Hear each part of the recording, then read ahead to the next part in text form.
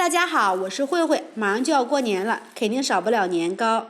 小时候听老人说，小朋友过年吃几个年糕，寓意一年比一年高。今天给大家分享一款山药味的年糕，营养丰富，口感也特别的好。下面我们来看一下怎么做的吧。首先准备2根山药，去皮，切成薄片儿。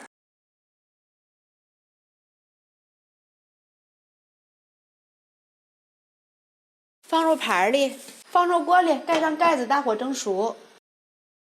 山药已经蒸熟了，把它取出来。蒸好的山药直接倒入大碗里，用模具给它压一下，一定要趁热给它压成泥。这些山药泥呢是450克，分2次倒入450克的糯米粉。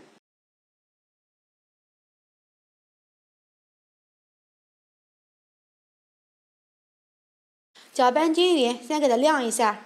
准备一把红枣，给它切成小块。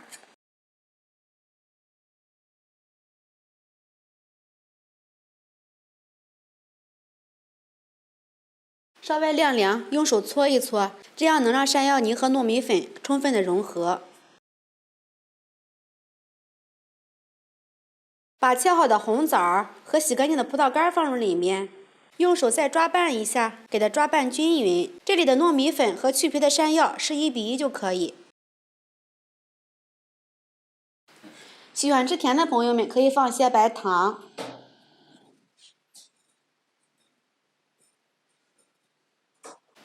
取一台放在手心里，给它攥紧。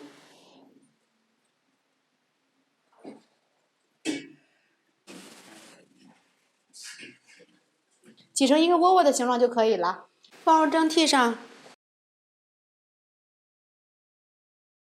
盖上盖子，冷水上锅，水开之后蒸20分钟。时间到，焖3分钟，打开盖子，看一下，现在已经熟了。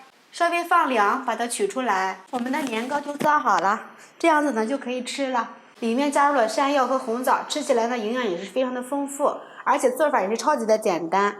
掰开一个看一下，看一下非常的软糯，加上葡萄干，吃起来酸酸甜甜的，特别的开胃，吃起来香甜美味，做法也是非常的简单。喜欢的朋友们就赶紧试一下吧。